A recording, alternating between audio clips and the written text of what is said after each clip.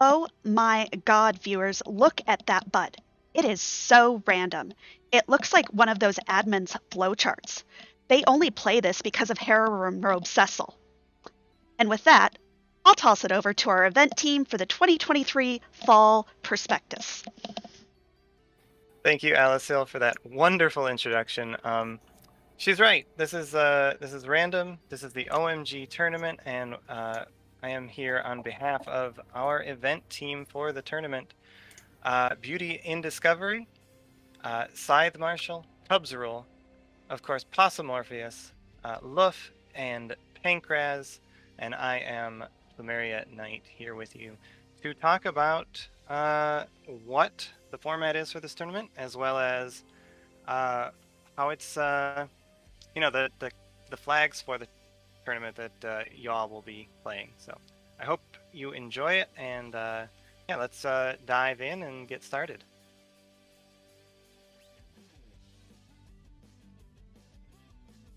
So the first really unique thing about this tournament is that we will be using a wacky flag, and even though it's called a wacky flag, it's kind of it's a fun, different flag that I don't think is necessarily wacky. What do you think about Omnidexterous, Luff? This is a very interesting flag that is technically on the wacky side, but basically we're mostly having a very competitive and very high-powered flag there. I think we're going to have very interesting stuff. We have, let's say, first of all, everyone can equip everything, any weapon that you have, may it be, the Excalibur, the Crystal Sword, the Spoon, everybody can equip that. So this is going to be a very high power setup, and we are pretty much going to see a lot of very low level plays because of that, and that would be very interesting. I believe we might also have some very interesting opinion from Possum. Hello, friends. Yeah, Omnidexterous. What a flag! What an event! OMG. Omni is quite interesting. On the surface, it just feels like, oh, everyone can have everything. We're all going to be Crystal Sword Cecils, and we're all going to go Burr. Nay, my friends. You got to really pay attention to all of the cool things that can happen, where everybody can have a dragon whip, so everyone can be your emergency Rydia. Everyone can wield a spoon, not just for a bard. Everyone can kind of do everything, though some a lot more poorly than others. It is also very interesting because you can just kind of let everyone be ranged, including Yang, regrettably without having to sneak glitch a Charm Harp. You can just put one on him anyway. So we had to sacrifice some memes to get the memes for the greater good going. But Omni is it's a ton of fun. It's very easily accessible. It is very difficult to master. It certainly is, and there is a ton of possibility that we're still exploring. Dual shield is actually quite a legitimate option right there.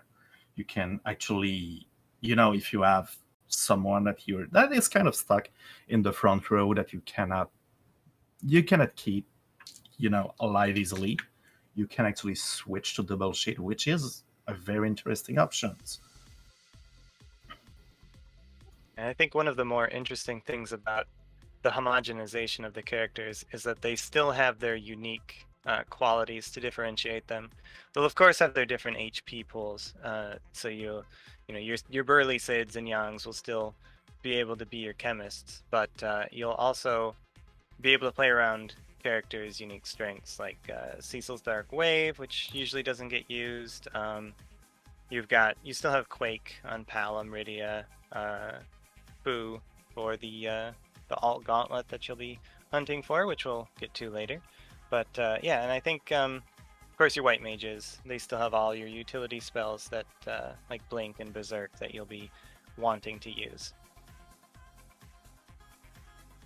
Yeah, and one major touch point I want to look at is the Yang situation, and we haven't really touched on the flags yet, but Yang is in a bit of an awkward spot with Omnidexterous because there is no formula change. So Yang is kind of going to sit there, and until you get him a ton of levels or a whole lot of strength gear, he's not going to do the damage of other characters. You can go ahead and put an X-Gal on your Yang, and all he's going to do is punch with +10 strength. It's not going to do what you're hoping for, but Yang does have something that other characters don't, and that is a ton of HP. So while Yang can't attack like everyone else, we'll get more into why he still might be okay later on. The other thing that you have to be aware of is that max attack power for Final Fantasy IV is 255. You cannot go beyond that. So if you have the spoon, you don't need to equip in the other hand the defense sword or stuff like that. You will try to use the second hand for ability stuff, trying to either boost your stats with, I don't know, a power staff or a gear like that, or, and this is going to be a very important part of the tournament, weakness multipliers.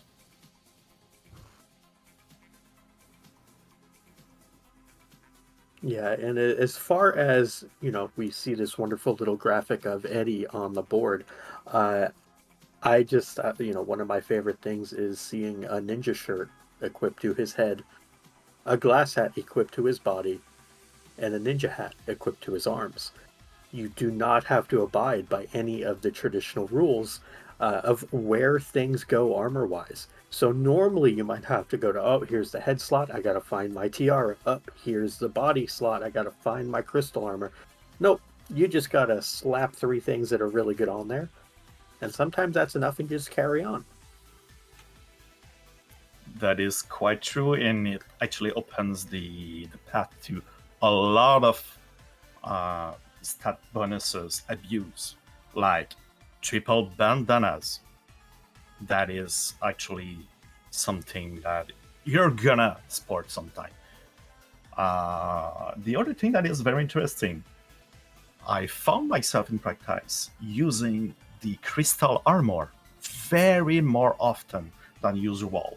Let's say I have my white mage, because we'll talk about it more later, but you're starting with a white mage. So I found myself putting my white mage in the front row and equipping, 1 crystal armor plus more defense gear, and simply not caring about protecting that character as much as before, which is kind of very interesting, and I think we will see a lot of divergence on how everyone used that very, very free equipment situation.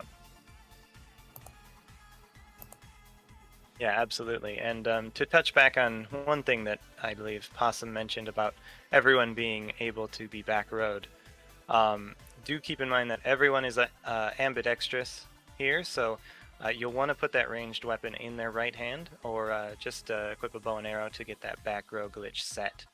Otherwise, if you put it in their left hand and there's still a weapon in their right hand, they won't actually be backrowed, thanks to the perfect Final Fantasy IV programming that we all know and love. One might say a meme in its own right.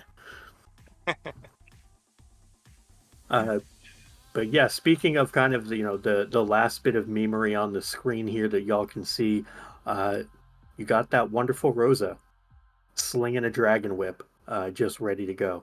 You are going to see all sorts of wonderful animations, wonderful sounds, combinations of sounds you've never heard before. One of my favorites is still including a dragoon spear wherever I can. But Some folks love love going crystal sword, whatever. Whatever sound you like best coming from your weapons, flip them around. Find out what sound combination is fun for you. There's so many different things you can do with this just to enjoy it. As opposed to having to, race it. You can casually play this, and it's absolutely wonderful.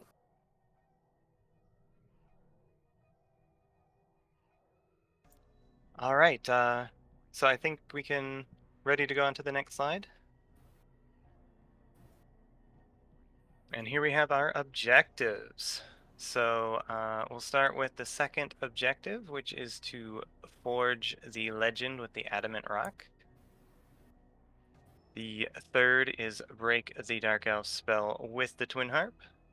You'll be defeating the boss of Lower Babel and Cave Bahamut, opening the treasury. You'll be finding the alternative gauntlet, and the final objective is to drop the magma key into the Agart well. And you must do 6 out of these 7 objectives. Well, this is a lot of terminal objectives. A lot of objectives that you simply do and don't get any reward from it. Let's say you drop the magma key, you do the forge, you do Bahamut. We're gonna see this later, but Bahamut the Bahamut spot is not gonna be a key item spot.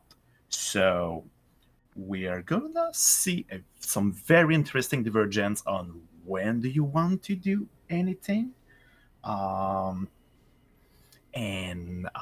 one other thing I could say is that somehow you still have that boss hunt to find where is it. Is it more efficient to actually do that check-in right now while you're still in the overworld on the underground, or do you want to start going to the moon and start searching for more items? So I think we will see some very interesting play because of that very very huge amount of terminal quests. What do you think about this? Yeah, I mean, for me, there's two major things to touch on with the objectives. One is trying to capture as many things that are historically driven by community favorites as possible. And the other being that the key items that exist that you need are generally going to be in more elusive places. And what that can lead to sometimes is if you have like a twin harp that's somewhere on the moon, that twin harp may also then lead to like a legend sword or an adamant rock, or you might see multiple things in very hard to reach places. Sometimes you'll see seeds where everything is just laid out in front of you. But as far as the objectives themselves are concerned, you're going to see a huge variety of times, a huge variety of routes, and just a lot of different approaches to the point where I know that there's no meta yet, and I don't know that there ever will be a meta, just with how many different things there are to do and the overarching feature that is Omni. What you find can very easily drive where you go. Maybe you get an early darkness crystal and take on Cave Bahamut at 17 minutes. Maybe you go underground at 17 minutes. Maybe you get a forge. Lots of different approaches you can take. Indeed, I like to joke around and say that the meta is actually, it depends. Simply whatever whatever's the optimal play, usually very dependable on what you just found, what possibilities that you have, and how you want to approach the power that you have right now. Because as was mentioned earlier, you have some very interesting spot like the cave Bahamut, but you're gonna be quite low level for it. Do you want to go to the moon and check already? Do you want to stroll around and find more key items before going on the moon. I think this is gonna be very interesting meta-wise, if there's ever one developing. Yeah, I think the most interesting decision point for me is that magma key that has to be underground, and we'll get into why that is later. But essentially, you're going to find the magma key underground or behind a key item that you find underground. So maybe when you find that hook, you just want to go right underground so that you're trying to keep the objectives coming instead of staying above ground. But I think that decision point is really going to be interesting. Yeah, magma key logic is something that you're going to hear a lot of. Maybe not on this particular prospectus, but if you're watching the Discord and paying attention to various streams, magma key logic is going to very much so be a thing. Foreshadowing a little bit, part of that is because the hook is required. When you have those two working in tandem, it creates some very interesting things behind the scenes that you have to be constantly aware of. So the flag set is designed in a manner to test your mental acuity while you are playing the game and accomplishing all these objectives. As fun as it is to open the treasury, yay, raid that treasury, and drop the magma key, yay, we can get underground now. As cool as those things are, you do still have to be very actively thinking about where can these items even possibly be in certain circumstances. So I really love that part about the mental test that happens during the seeds.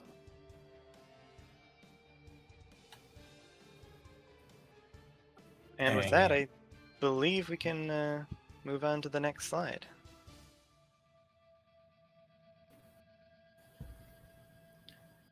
This is also going to be part of the mental test, for sure. We have Kmain, we have Kmoon, and we have Key Trap. This time, there is some possibilities that whatever key items you're looking for is gonna be in a Moontrap chest. Yep. For the first time ever, Allie gets her wish that Bimmy and Jimmy could be hard required in a free enterprise tournament seed. This is something that a lot of us have been around a long time, and I don't believe K-Trap on the moon has ever been included. Where lunar trap boxes could have value in a tournament flag set. So this is a really cool feature to add in, something that's never been seen before. As a result, we did remove K Summon, so you're not going to have the Feymark spots be required, the Pan Bonk, the Barren Basement, or Cave Bahamut, even though it's an objective. Hey, valueless cave value, anyone? The K Summon part being removed just makes it so that you're more likely to have to visit the moon. It doesn't always happen, but it's really cool when it does.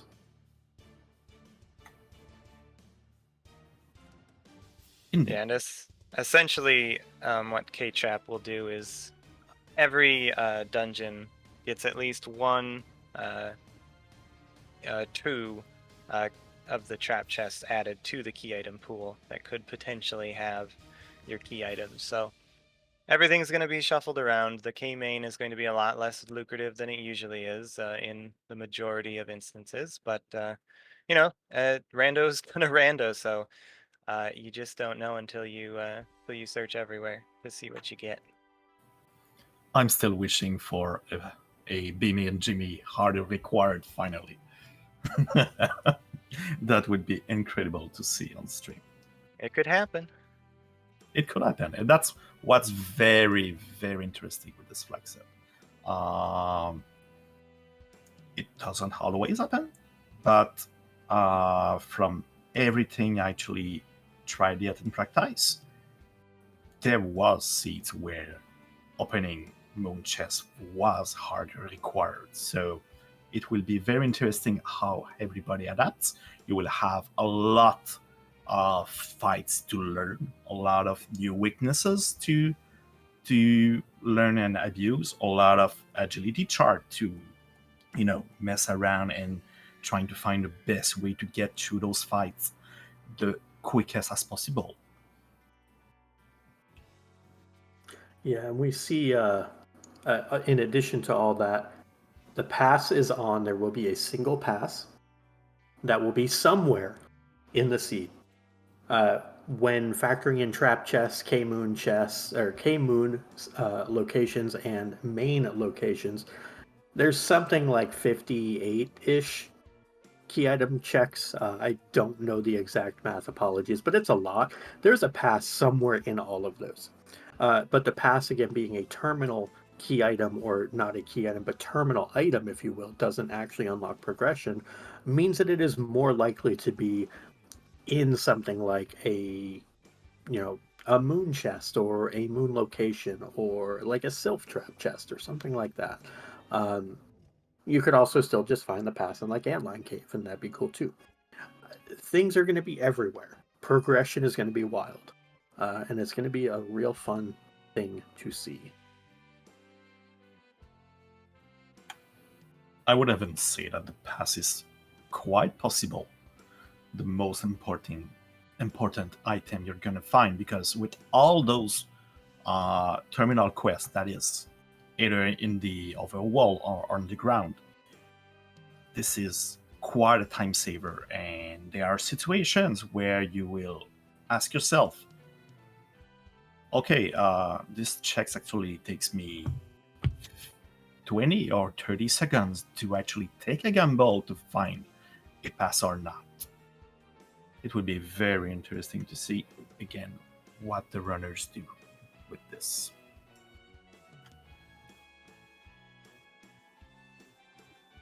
All right, so if that's all for that, we can move on to the next slide.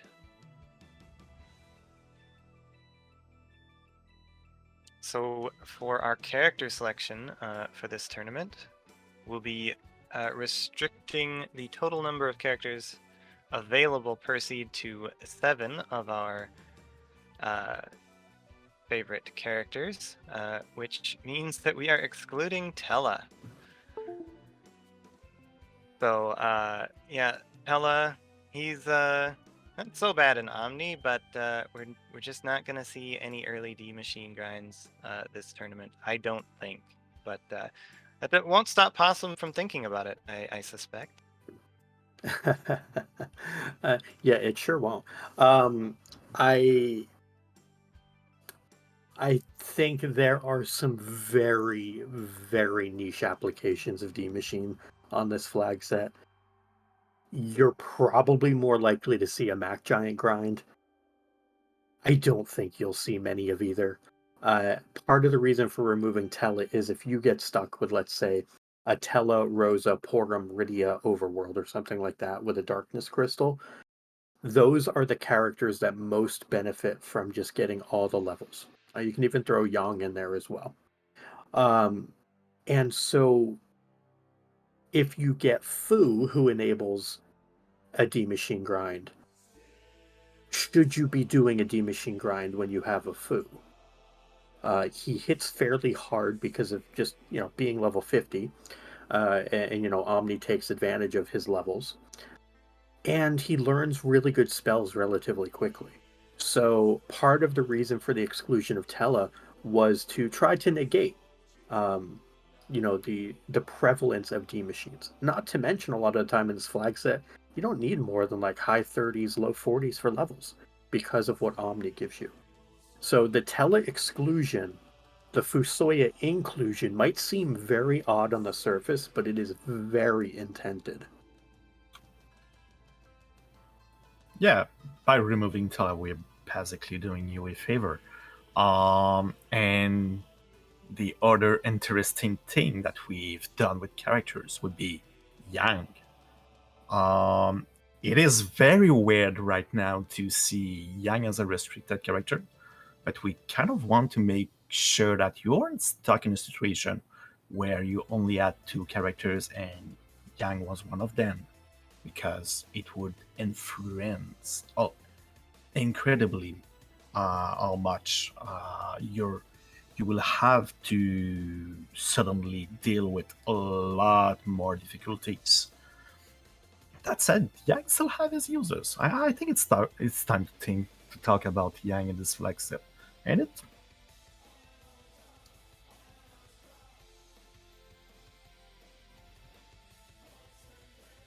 Yeah, as far as Yang on this Flagset is concerned, I'm very on the record, saying that Yang is incredibly underrated. Yang, again, Yang, a paladin Cecil, which you won't always see, and Sid offer something that your other characters don't, and that is HP. is also the best carpet there is out there. Not wrong. But Yang, you can basically go through and, be forced to make a decision. Do I want another character that can take full advantage of Omni, or do I just want a safety HP sponge?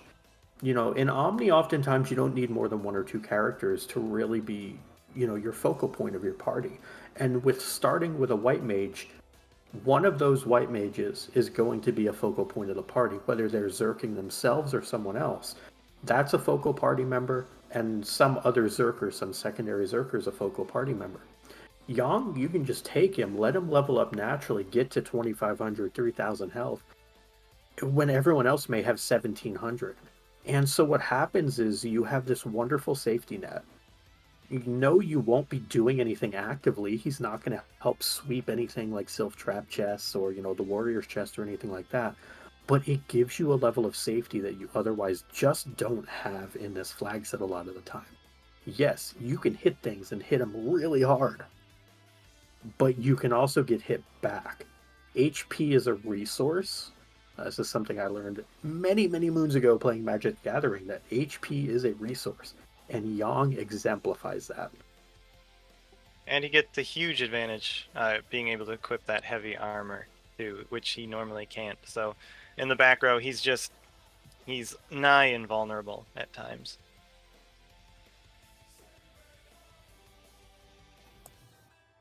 Quite true.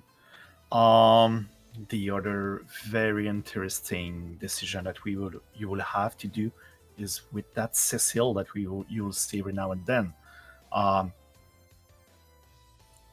Do you actually upgrade that Cecil? Do you actually want to use that very interesting equipment that it can now use with Omni, and keep Cecil as a Dark Knight? It's actually an option, and it can actually save you very, very often when you need a sweeper and you don't have one. Yeah, I think that the most interesting question is going to be, who's your fifth character? Because you're going to keep your white mage probably. You're going to want an anchor, and you're going to want someone who can hit hard. And then of the 4 remaining characters in the seed, who do you get? And then who do you keep of those 4? Whichever you see. Yeah, and I think for me, and we're gonna go a little bit off the beaten path here and do a little bit of math on stream. DKC in particular versus Cecil is going to be a huge thing, and that's the ordeals discussion. But DKC, yes, I said it, Ali. Math on stream. DKC has a formula for Darkwave that is basically custom built for Omni. Something that I don't think any of us truly realized how powerful it could be when we kind of implemented all this. I think that we had a basic understanding that, like, oh, Darkwave, that could be kind of cool with Omni. I don't think we've really understood the full ramifications of it. Dark Knight Cecil, and here's your math part. The attack power plus the amount of multipliers Dark Knight Cecil has divided by 2 plus a random 0 to 255, that's your formula for how much damage Darkwave does. If you don't want to do the actual math, the way it works is like put a spoon on him, put a power staff on him, give him a couple heroin robes, And Dark Wave will do like 1,500 to 2,000 damage to everything as a sweeper. It's actually kind of incredible. And there are seeds where Cecil will be the only viable sweeper you have. And those who are able to utilize DKC for that are going to be in a wonderful position versus opponents who may not be as practiced in it. Things like that, utilizing, a DKC, utilizing a Mage Edge, stuff like that to me is so cool about Omni, and being able to exploit what was previously thought to be just kind of, oh, haha, funny. No, wait, that's really a strat. Oh my goodness. Yeah, absolutely. Paladin Cecil is still a great character, of course. He still has cover, can still defend your team, but everyone can pretty much defend themselves. So that value maybe not as great as it has been in previous tournaments. Yeah, and Loof brought up a point earlier about crystal armors and, using them. Typically, you would only use a crystal armor on Cecil because he's the only one that can put it on. But it meant you couldn't Zerk that Cecil unless you had an Avenger or you power staffed and it did shenanigans, basically. With the crystal armors being able to go on anyone now, the need for cover decreases quite a bit. But if you're faced with something like a Bygin at Cave Bahamut, Dark Imps at Cave Bahamut, something super punchy you got to get through, Bimmy and Jimmy, any of these things, you can go and put on like 3 crystal armors on Cecil. You want to talk about cover strats? Those are cover strats. 3 glass helmets. So yeah, we actually have the most options that we ever had in a flag set for a tournament.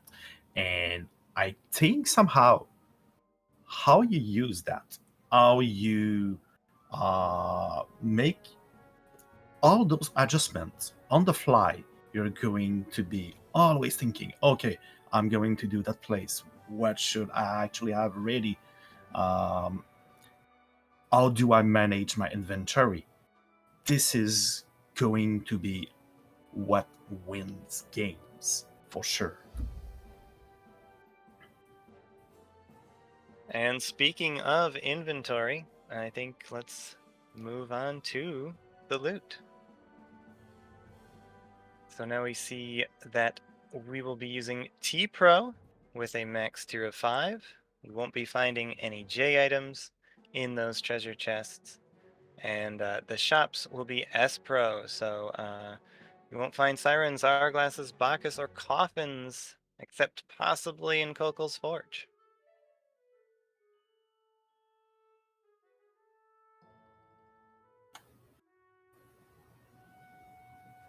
This is also going to be a major point of divergence through the whole run. What do I do when I start? Do I go straight to Eblan Castle? Do I actually want to get the gear right now without opening those trap chests to make sure I can do anything? Do I actually want to see Bedward because it's also a thing? Because let's not kid ourselves. Early Spawn is going to be incredibly strong, and what you're going to find is those chests at Tpro max tier 5 is not gonna offset that. You're going to, if you actually manage to find a Spawn early, you actually have, especially if your opponent has actually decided, no, I'm going to go the safe way. I'm going to check Eblan. They're going to be left behind, but at the same time, if you check Bedward first, you don't have, and it actually doesn't land, and free treasury, the public treasury is not actually good. You might find yourself in a situation that you don't want to do the flame dog.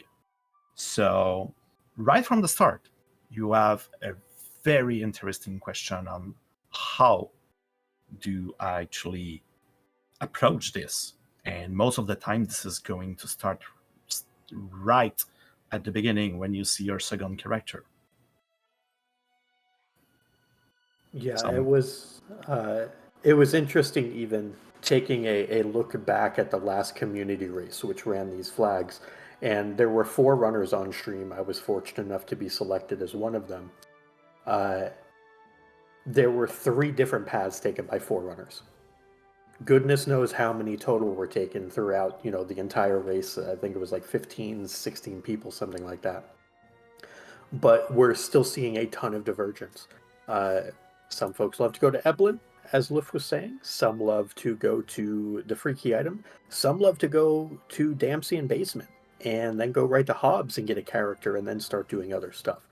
And there's really no set thing for it yet. You start with exits, you can throw Watery Pass in there too. Tpro, especially with a max tier 5, means that you're also just not going to find things like power shirts, stardust rods, and certainly no Avengers, crystal swords, things like that floating around. You won't see defense swords. You won't see white spears. You might find a couple of good tier 5 items like Gungnir spears, rune axes. The one, major one is heroin robes. If you come across those, they are absolutely incredible. But the weapons themselves, you're not going to get outside of the spoon or an early holy sword or early real powerful weapon. You're not going to have like 255 attack power right out of the gate. You kind of got to cobble together, what can I beat? What can I exploit with different things I've looted? Your ice brands and flame spears of the world, your mute daggers. What can I reasonably get through? And kind of, limit test and see where can I be successful with what I have found. So it's going to be quite interesting to see the overall approach and then how different individual runners take it as well. Yeah, definitely. I think we all know how powerful Edge can be with 2 weapons and just sweeping the overworld, and two light swords isn't too bad if you can find them. But 2 tier 4 weapons are gonna get you through a lot of things. So you're not gonna be lacking for options, I don't think, for the overworld at least. It's really the transition to the more difficult locations where you're going to want to think more carefully about, which attributes your weapons have, how much attack power they have, and, who has what. And Beauty has now joined us. Please hop in here. Welcome. Thank you so much, and thank you for holding space while I was unfortunately having to commute home from work. But yes, I think that the Spro is pretty interesting here. I think one of the things, especially getting underground, that a lot of people who are, or a lot of flag sets that rely on a standard, rely on is for your J items, your sirens, your hourglasses, Bacchus wine, coffin, all those kind of heavy hitting items, especially say coffins for your quote-unquote free boss fights, Bacchus wines, especially on this flag set with Zerking being such a strong strat. It really kind of limits it and opens up some variability there. Do you find an edge and you can go steal some Bacchus wine or something like that? But it certainly makes things a little bit more difficult. For all the power in the world, you do have that limitation.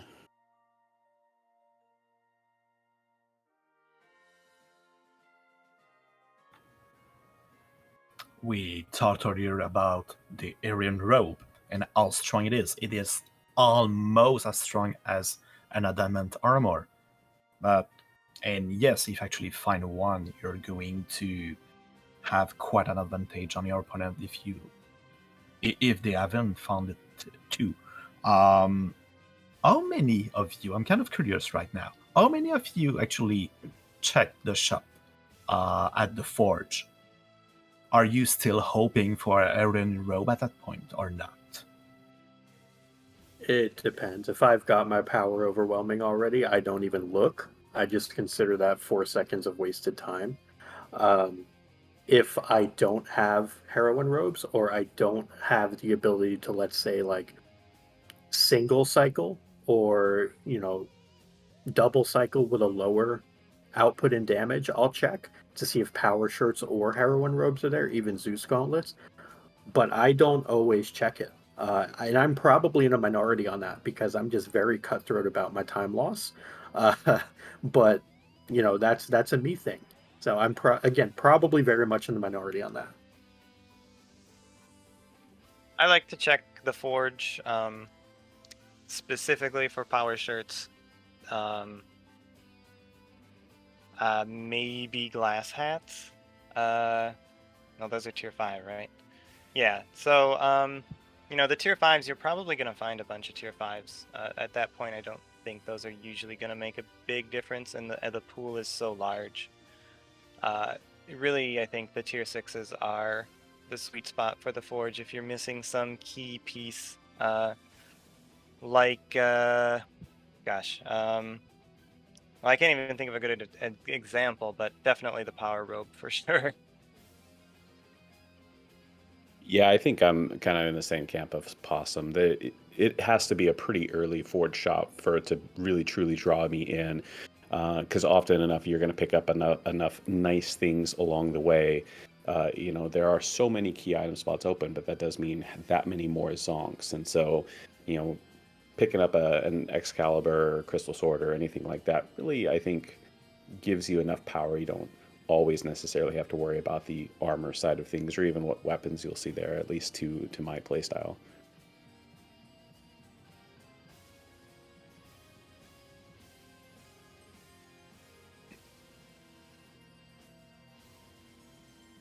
Yeah, so kind of like we said, even amongst us in the booth here, there's no consensus on how to do these things yet. Welcome to tournament flags before they've been fully fleshed out, if you will, by the community and truly optimized and just beaten into the ground. So feel free to find your own path through. You will have folks on all sides who may agree or disagree with you, but it'll be a fun time regardless.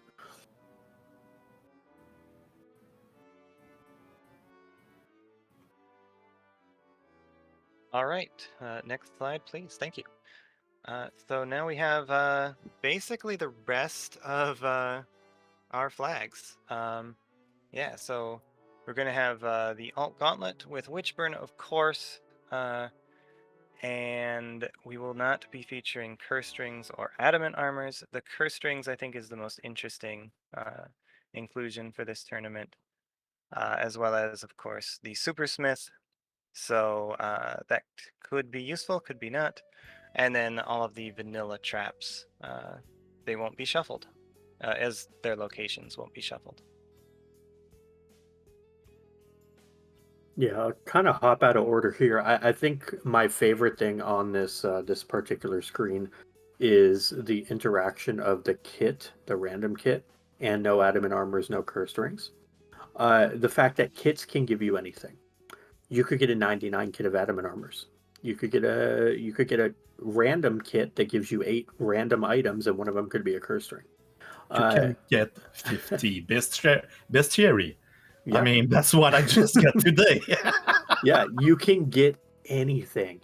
And those kits override other things that are turned on and off. So, again, a lot of the focus of this, like we're talking about the tournament level, approach to this and, our thoughts on it and all that. But like, again, so much of this is just fun and like memes and interactions like that really don't break the game because it's true parity. Everyone gets the same thing at the start. Like, I for one love that interaction that you could get basically air quotes forbidden items right out of the gate. And, or you could get 99 spears, which we've seen as well.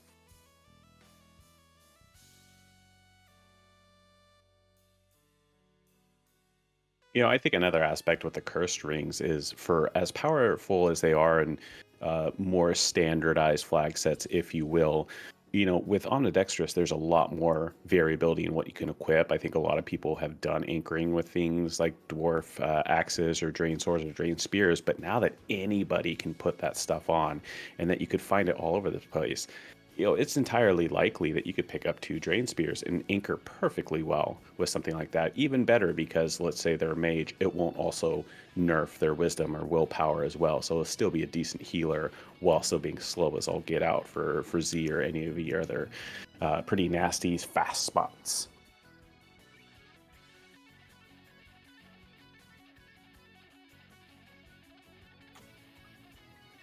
I would say the next thing that we really need to mention is vanilla traps. This is going to make everything very interesting. I actually talked about it a bit earlier.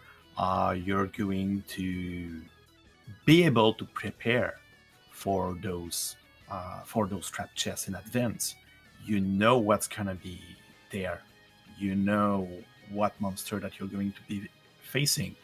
Do you actually want to equip some dragon helmet to face those Bimmy and Jimmies? Do you want to pre-equip some mage killing gear from some of the other trap chests? This is something that you will be able to do. And I think we're going to, at least for pretty much all of us, we're going to see a lot of knowledge being shared, and we're going to learn a lot more about, some of those fights that we're not as used to see and how we can approach it.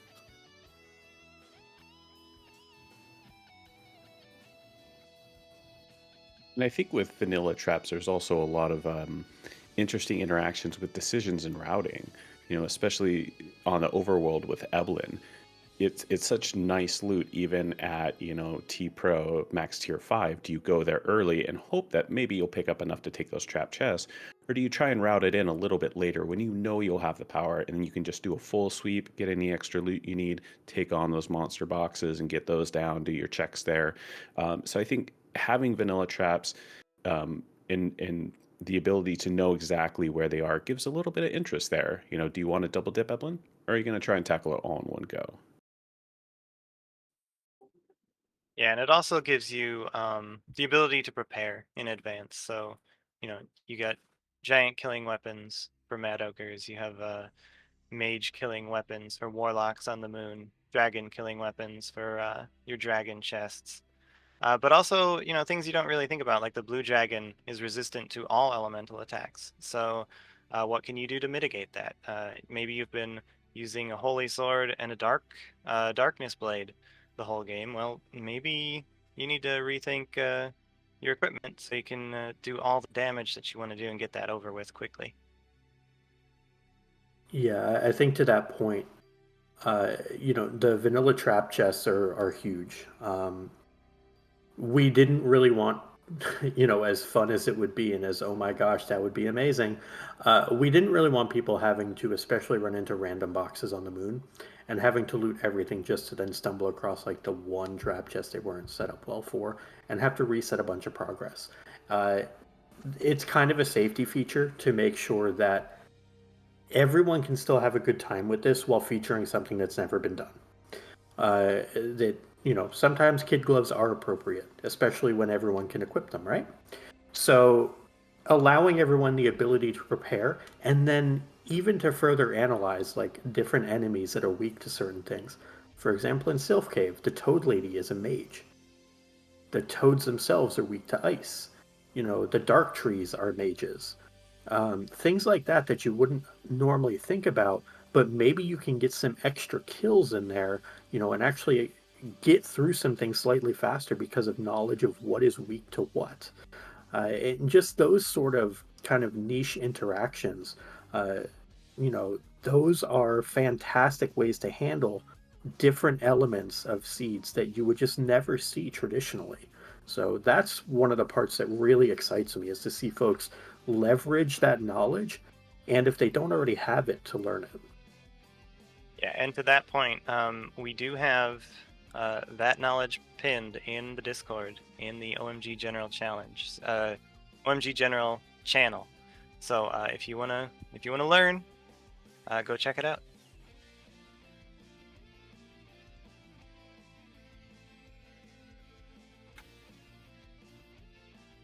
We And, haven't. Go ahead, please. Oh, I was going to say that the backrow glitch to me was the next one I wanted to touch on. That I'm just happy it's here. That's it. I'm just happy it's here. Me too. It does open a ton of options. Very interesting options. Another interesting question that I kind of want to throw out there. Okay, obviously you can actually backrow with bows and arrows. We are used to that.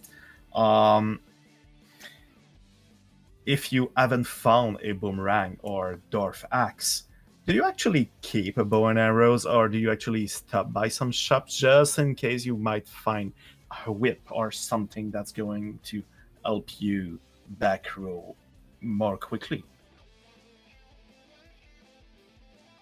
It's very rare that one of your characters, between them and the loot that you find, with nekkie being a flag, or excuse me, I think it's nekkie, being a flag where you can start with some sort of awful bow and arrow, or just turn in a pigtail and get Artemis arrows, or just find a random bow laying around. But typically backrowing via bow, like I'll keep a single bow and arrow around just for that purpose, but I'm never going to go out of my way to look for them. I'm going to bank on the fact that like some silly character that I'm not going to take is going to have them, and I'll just steal their gear and like backrow someone super late, or just not care about that character, and then they'll be in the front row and they won't actually zerk at all until I get to like Zeromus or something.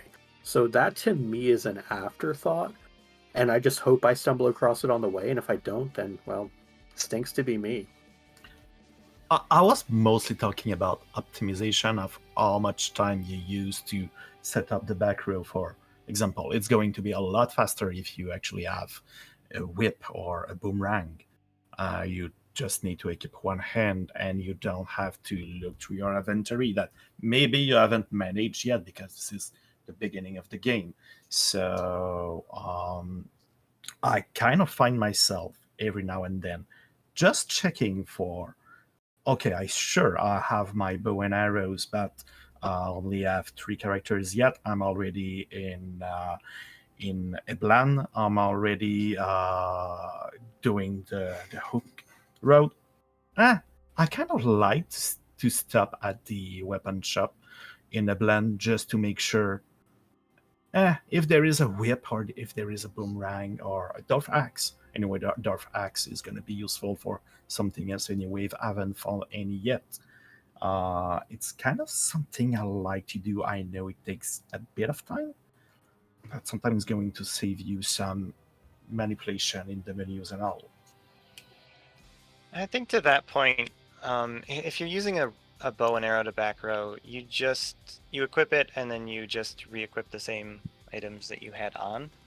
I don't think you're gonna save that much time going to shop for a whip or something like that. But I also do want to point out that the shuriken and the ninja star are also have the long range attribute that can be used to backrow your characters, and generally I think you're probably going to find something to backrow your characters quickly.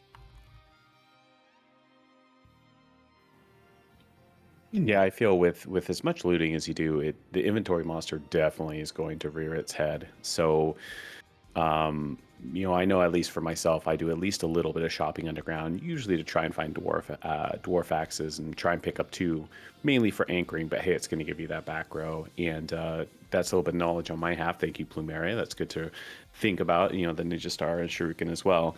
So, probably beyond the overworld, I can't imagine keeping bow and arrows, but at the same time, rando's gonna rando, and you never know exactly where you're gonna hit, so it's a little bit of a balancing act.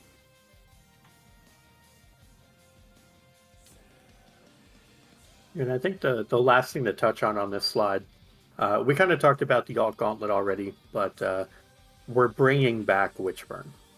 So rather than having Mega Nuke Wyvern running around, with no cursed rings, the decision was, let's do the fun thing, which is whichburn, and see, like, what do we get out of wyvern? Is it explode? Is it retreat? Is it tornado? Is it storm? You know, what fresh heck will wyvern bring upon us in these seeds? Because no cursed ring, Mega Nuke could just be like, have a nice day. You could soft lock. That would not be any fun. So we didn't want to expose anyone to those potential really negative situations. And I think Whichburn is just fun. It's cool. Or he could retreat and save you a lot of time. That's always fun too. Yeah, no XP from retreat. That's stinky. Ah, well. All But right, yeah. so let's move on to the format.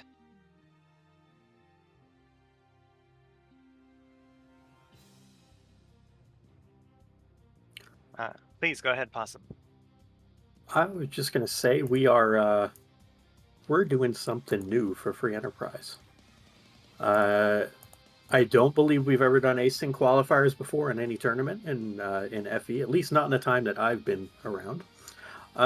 So basically how it's going to work is we're going to run a total of 8 qualifying asyncs. Those are going to be open for half a week at a time. There's going to be 2 open at a time. Basically 4 sets of 2. That makes 8. That's your qualifying round.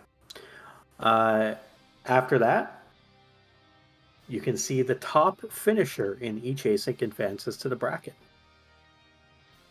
The secondary bonus of that is they get to be a drafter.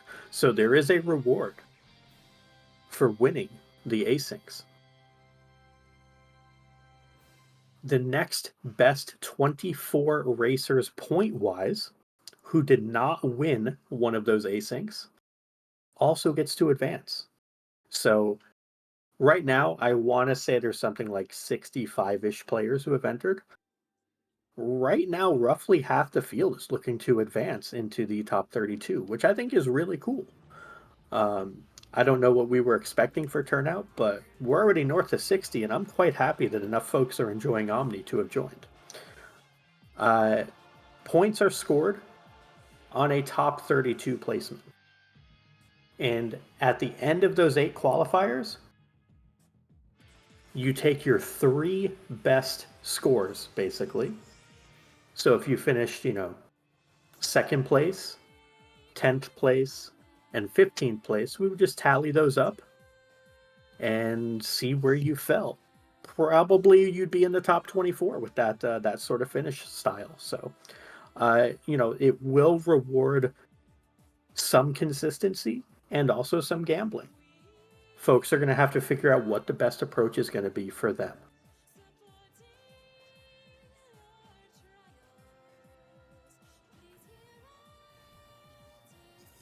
And correct me if I'm wrong, all 8 asyncs are open to everybody, right? So you could run all 8 if you would like to, assuming that you don't finish first in any, and then just take your top 3. But at the same time, it's not so many that you need to do that, hopefully you aren't able to find time to do them. We tried very hard to make sure that there was enough variability, enough time that each async was open, and enough asyncs were out there that everyone would have an opportunity to race at least that minimum 3. Yeah, and not just for folks stateside, but this also opens up the availability for folks overseas, across whatever pond it is they're across. Over the course of 3.5 days, that's a lot easier to schedule asynchronously with yourself than it is synchronously with an opponent in a 1v1 sort of situation or a multi-person race. So this allows for everybody to be involved at their own pace, which is just a lot nicer from a scheduling perspective. So I'm excited to see that part of it, and those who are able to participate without having to worry about scheduling concerns. Yes, and we tried our best to make sure that we could get the maximum amount of time available for everybody. You're going to have 2 asyncs to run over at least 3 full days. So starting at various times, of course, and we've got 4 different time periods in which you can do that. So, and since you only need to run 3 at minimum to get your 3 scores, hopefully everyone will be able to participate to the degree that they want to.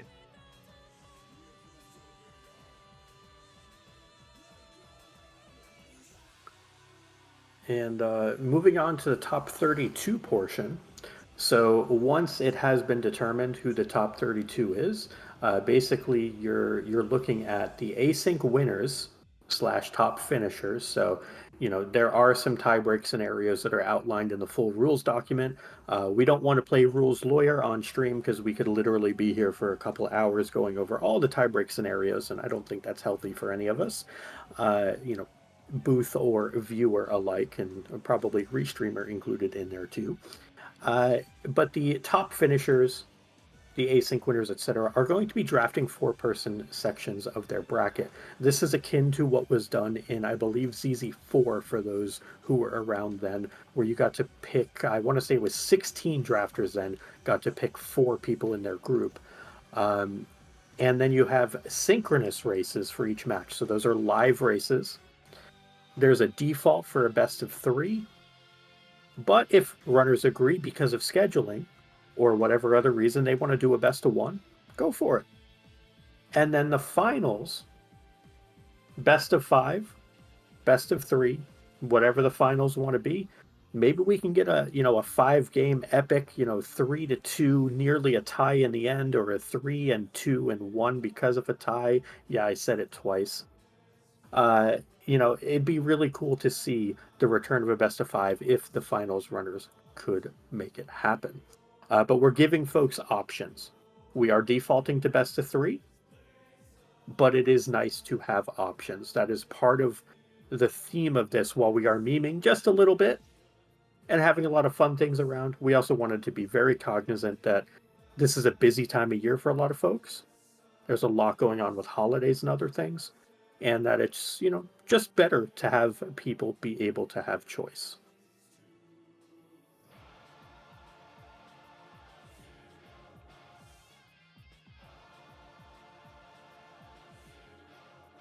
And then lastly, for those who did join the tournament but did not make the top 32, there's going to be a title round, which is called the Memelectric Boogaloo, and that is a holdover basically from the Evelyn Elixir League.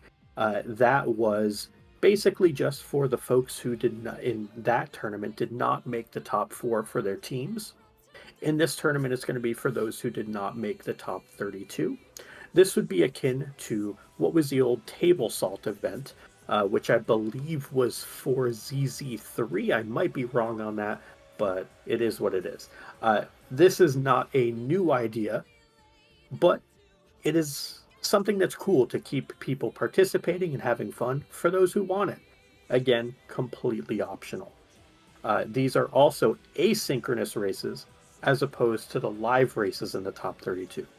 So if you don't make it from the async qualifiers, don't worry. If you want to keep playing, you can. There's something for everyone in this.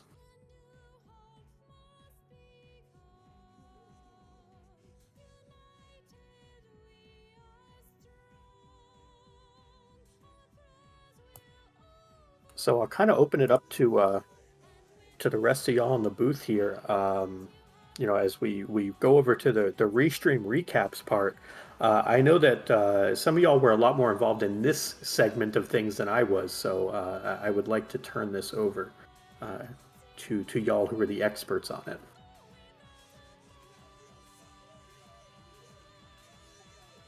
Am I an expert? I don't know. Sure. All right. You are. I am You now just an got expert. volunteered to be an expert.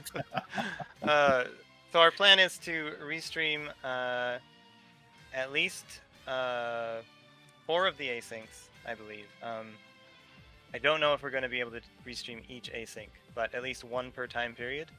And that will feature 4 of our racers for each of the featured asyncs.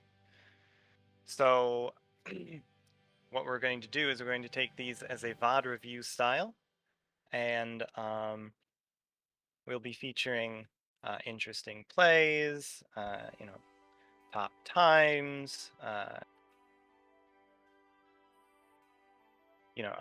we'll be featuring all of the fun that we can, and importantly, if you want to be featured, you have to have clean audio, and we request that you turn off your flash effects before you begin your play.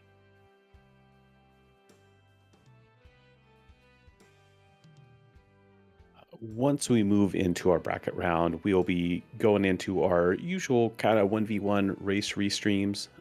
So it's going to be more traditional live races, as you are very familiar with most of our restreams. And as such, obviously we want to try and feature as many opportunities and racers as possible. So we'd love to see more people join our Restream team and volunteer. It's a really great time. I think nearly all of us here in the booth are, and we definitely could use you to make sure that we're able to have the opportunity to give all of our runners a platform and the ability to show off their racing. If you are part of the Discord, there is a forum in there, so we encourage you to take a moment, fill that out, and express your interest. We won't necessarily be restreaming every single race. Right now, resources are a little limited, so we are focusing on elimination races primarily. So there's probably some first match, best out of 3, first 1 or 2 match, best out of 5, that may not be restreamed, but definitely once the elimination races come around and there's the opportunity, we want to make sure that we can really capture the excitement of will they, won't they.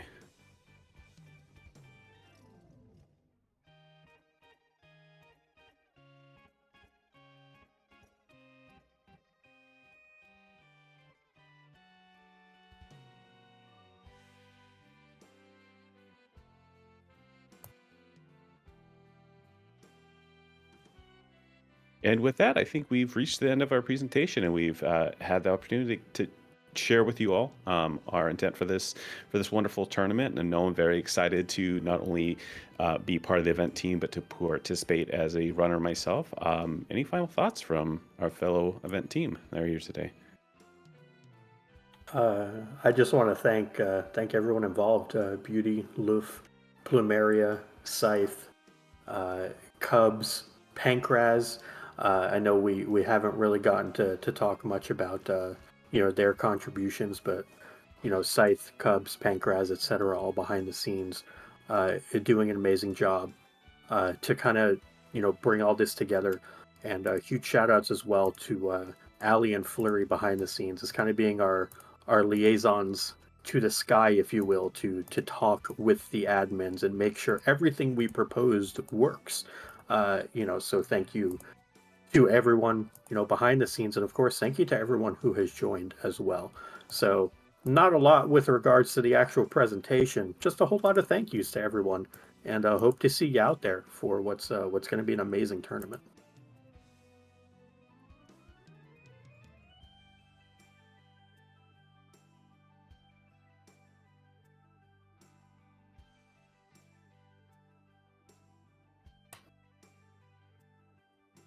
All right, everybody, and I think that'll wrap it up for us. Thank you so much for being here. We are going to send you over to Commander Leonhardt for our raid, so give him some love. And yeah, if there's anything else that I've missed, head over to the Discord, ask questions. We'll I'm looking forward to the tournament. Have a great evening, everybody.